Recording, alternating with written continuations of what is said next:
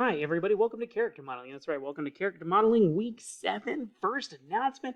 5 weeks to go, and we're almost there. So, super excited about that. Can't wait to see everybody get to the end and finish and really take a look at those models and really see them walking at the end. I'm really excited for that. So, yeah, let's get into it. Let's take a look at what we got and go from there. So, let's take a look.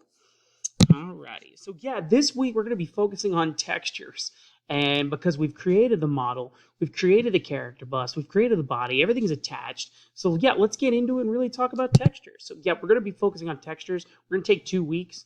So first week is going to be focused on 50% of the texture, and then we're going to be finishing the textures next week, starting the rig after that. So that's really what we're going to be going with. So textures are really just paint for models without such aspects like eyebrows, skins, blemishes, scars. Models lose their lifelike ability. They really are 2D representations, and without textures, you can't really see those 3D elements and really add more to it. Brought out in an exterior program like Photoshop or Illustrator, all you really do is take the texture tile and just add it in there, and then you multiply it depending on how it looks and where it goes from around. It just depends on the planes that you put in. And these are just colors painted onto a flat plane overall.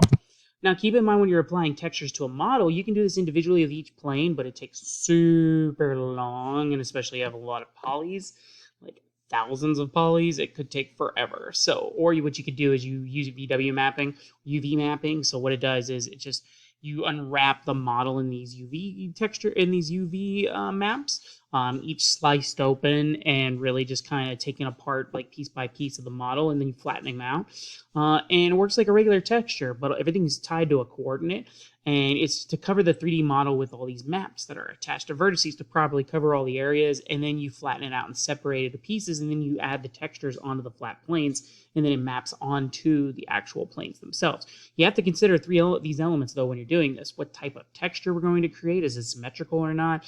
How many mapping pieces we should create to maximally get rid of all the joints. So when stitching these pieces together, a lot of times when you're doing cuts, you want to make sure you cut at the joints a lot of times, so because it gets really hard to map in on the interior and where it bends a lot. So that's where a lot of the seams and everything where we go to separate the maps for that. In the better separated pieces, depending on the specific model and its textures, you want to ask that as well. Like what areas to know, because obviously a 4-legged creature is going to be different compared to a 2-legged creature. Those are all going to play a part differently. So you have to ask those questions before you get into that. Now, let's take a look at our assignments real quick, go in a little bit more detail, and go from there. So I posted everything on the announcements. So if you have any questions about that, let me know. So you have a discussion rubric this week. So for your discussion rubric, it's body art. So for your first post, a lot of people try to add a story to this post. That's not the goal of the first part. What I want you to do for your first initial post is find a tattoo. All you have to do is find a tattoo that has an interesting design to it. Make sure you're professional in your choices and just post the image of the tattoo for your initial post. That's all you got to do.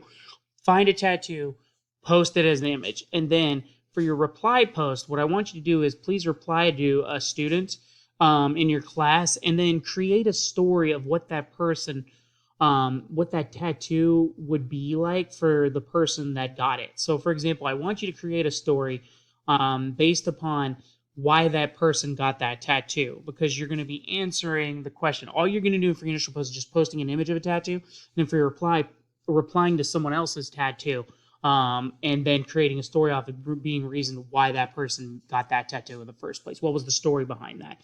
And explain in detail from that. That's what I want you to do for your reply post, and go into that. Please don't be basic. Like, for example, if someone puts like the number 3 and it's like, well, this person is just lucky number is 3. I'm like, yeah, don't do that. I want you to go full into detail with a full story for your reply post. That's what I really want. In your initial post, which is on Tuesday, real simple. Just find a tattoo and just post it, and then boom, you got your assignment right there. And then for your initial post, that's great. Now for your assignment this week, course project, you begin texturing your character. So I want to see at least the UV maps 50% done. I'd like to see the model rendered with the image, with the textures 50% complete. Also a front view and a rear view, or if you want to send me the file and show me the maps, I'll take that into consideration as well. That's fine too. Either way works.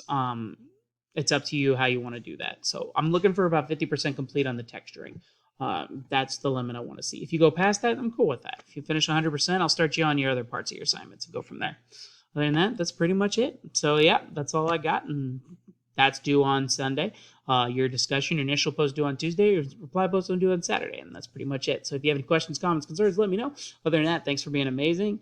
And if you need anything, I'm here if you need me. So thanks for being awesome. Be safe, have fun, enjoy, and talk to you soon. Bye-bye.